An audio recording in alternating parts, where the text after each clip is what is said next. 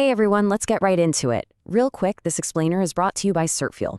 They've got an amazing securities industry essentials course with adaptive study quizzes, smart flashcards, and unlimited practice exams weighted exactly like the real thing. It's totally worth checking out at certfuel.com.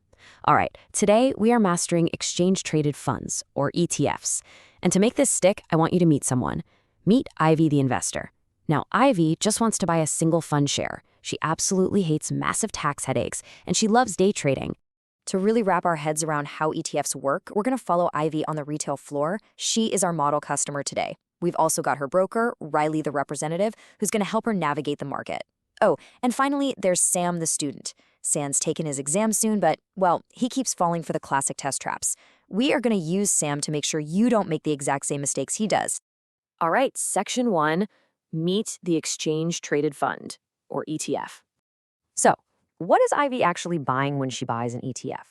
Well, most ETFs are registered investment companies. Specifically, they're open-end funds or unit investment trusts registered under the Investment Company Act of 1940. When Ivy buys an ETF, she's buying shares that represent ownership in a portfolio of securities, and most of the time, these track a specific index. Speaking of which, you absolutely have to recognize these four highly testable ETFs. First up, SPY, the SPDR S&P 500, affectionately known as spiders, and it tracks the S&P 500. Next is QQQ, the Invesco QQQ, known as cubes, tracking the NASDAQ 100. Then we have IWM, the iShares Russell 2000, tracking the Russell 2000 index. And finally, DIA, the SPDR Dow Jones, known as diamonds, which tracks the Dow Jones Industrial Average. Seriously, memorize these names and what they track. Whoa, hold up. Exam trap. Test makers love to catch you on this one. They will try to confuse you with acronyms that look super similar. Let's break this down together. On the left side, we have exchange-traded notes, or ETNs. On the right, exchange-traded funds, or ETFs. An ETN is not a registered investment company. It's literally just an unsecured debt obligation. But an ETF is a registered investment company. So if a question asks about registration under the Investment Company Act of 1940, the answer is always ETFs, never ETNs. Poor Sam the student messes this up constantly. Don't be like Sam. Now, there's always a but, right? There is one major exception here. What if Ivy wants to buy a gold or oil ETF? Well, commodity and currency-based ETFs are structured totally differently. They're actually formed as grantor trusts or commodity pools. They are not registered investment companies. Keep that specific exception locked in your brain. Moving on to Section 2, the institutional factory and the creation and redemption mechanism. So, leaving the retail floor for a second, we are entering a giant factory where they deal in massive bulk, 10,000 to 100,000 shares at a single time. These giant blocks of ETF shares are called creation units, and the only people allowed to play in this factory are authorized participants, or APs. These are massive institutional investors or broker-dealers who work directly with the ETF issuer. So how does this giant factory actually work? The APs use these creation units to keep prices fair through a really elegant process called arbitrage. Here's the play-by-play. Step 1. The AP spots a difference between the ETF's market price and its true net asset value, or NAV. If the ETF is trading at a premium, meaning it's just too expensive, the AP buys the cheaper underlying stocks on the open market. Step 2. The AP delivers that basket of stocks directly to the ETF issuer. Step 3. The issuer hands the AP brand new ETF creation units, which the AP then turns around and sells at that high premium price, driving the market price right back down to the NAV. Now, if the ETF is trading at a discount, they just do the exact reverse. They buy the cheap ETF shares, redeem them with the issuer for the more valuable underlying stocks, and sell those instead. Okay, I want you to literally pause the explainer right here. Think about Ivy the investor for a second. Based on what we just covered, does an individual investor like Ivy participate in this creation and redemption process? Take a second and lock in your answer. And exam trap. The answer is a massive no. Sam the student missed this one again, but you won't. Individual investors do not participate in the creation or redemption process. Ivy buys and sells her ETF shares strictly on the secondary market exchange, exactly like any other stock. Only authorized participants interact directly with the ETF issuer. All right, Section 3, the tax efficiency secret and in-kind transactions. I want you to imagine you are baking a cake. If you sell your flour, your sugar, and your eggs for cash to a bakery just so you can buy a finished cake, well, that cash sale triggers a tax. But what if you just bartered?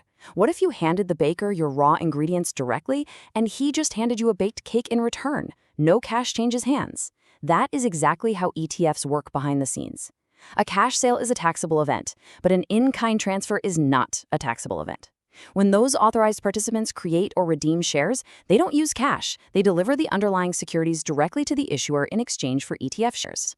Because the transaction is in kind, meaning securities are swapped for shares, the fund itself doesn't actually sell anything. Ding ding, another exam trap. The test will try to bait you by saying ETFs are tax efficient solely because they have lower turnover and trade less. Wrong. The structural secret to their tax efficiency is this in-kind creation and redemption process.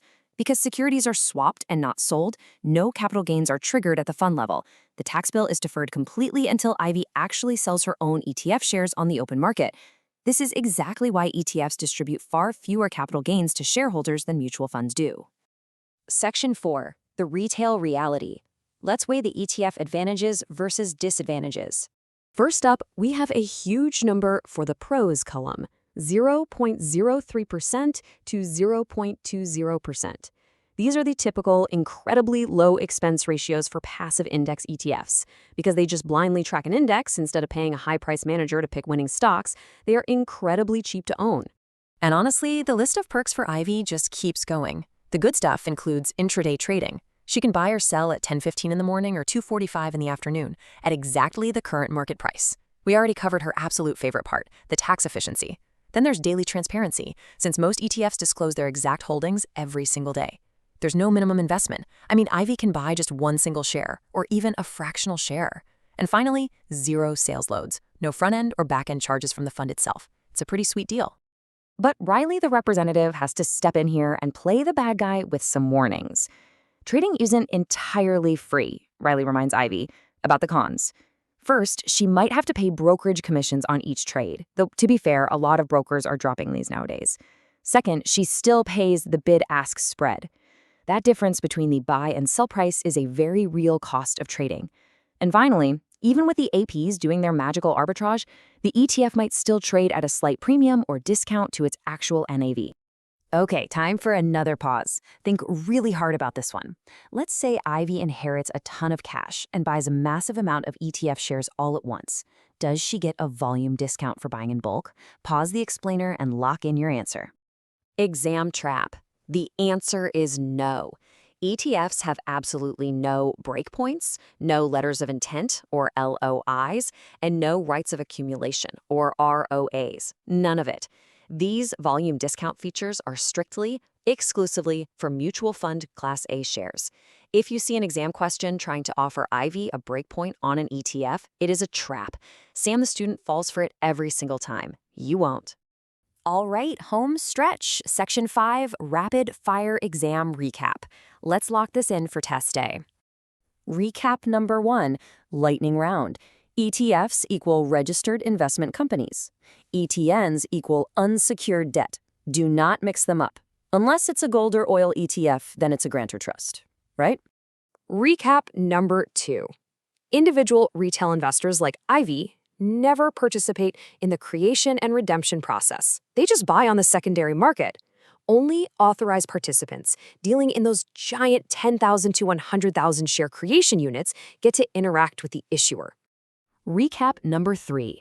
The secret sauce to ETF tax efficiency is the in-kind transfer. Securities are swapped, they are not sold for cash.